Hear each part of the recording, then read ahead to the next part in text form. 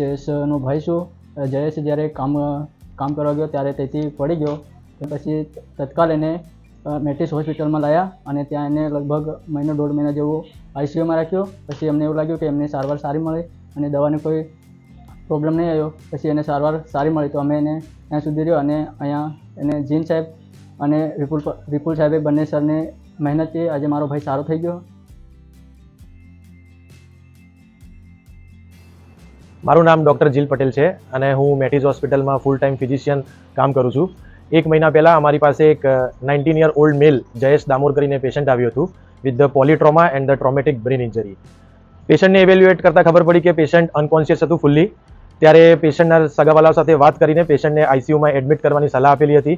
પેશન્ટના રિલેટિવ્સને બધા અગ્રી થયા, અમારા ઉપર વિશ્વાસ મૂક્યો. એના પછી મેં વિપુલ સર, ન્યુરોસર્જન, ન્યુરોફિઝિશિયન આ બધાની ટીમ સાથે એક ટીમ વર્ક કર્યું.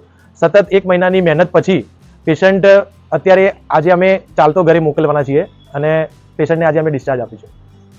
નમસ્તે, હું ડૉક્ટર વિપુલ સેંગલ મેટિસ મલ્ટી સ્પેશિયાલિટી હોસ્પિટલમાં સિનિયર ઇન્ટેન્સિવિસ્ટ તરીકે સેવા આપું છું.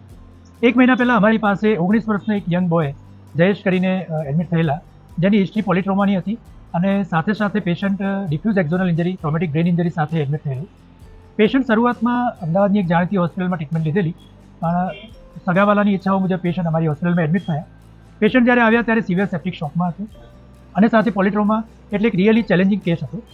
યંગ બોય હોવાથી અમે રિલેટિવ્સને બધું એક્સપ્લેન કરીને ટ્રીટમેન્ટ સ્ટાર્ટ કરી. ડિફ્યુઝ એક્ઝોનલ ઇન્જરી એટલે really very difficult to treat હોય, એમાં પણ પેશન્ટ જો સેપ્ટિક શોકમાં હોય તો એની ટ્રીટમેન્ટ ઘણી અઘરી થતી હોય છે અને આઉટકમ પણ ઘણી વખતે સારું મળતું હોતું નથી. પણ ડૉક્ટર જીલ પટેલ અને મારી પોતાની એક મહેનત અને સાથે સાથે સગાવાલાના એક વિશ્વાસ સાથે અમે જે મહેનત કરી એનાથી 1 મહિના પછી પેશન્ટ અત્યારે અમે ચાલતું ઘરે મોકલેલું છે. એના રિલેટિવ્સ બહુ જ ગરીબ હતા અને એના છતાં પણ એક સારી સેવા અમે પૂરી પાડવામાં બહુ જ સફળ રહ્યા છે, જેનો અમને બધાને મેટિસ હોસ્પિટલ તરફથી ખૂબ જ આનંદ છે. નમસ્તે.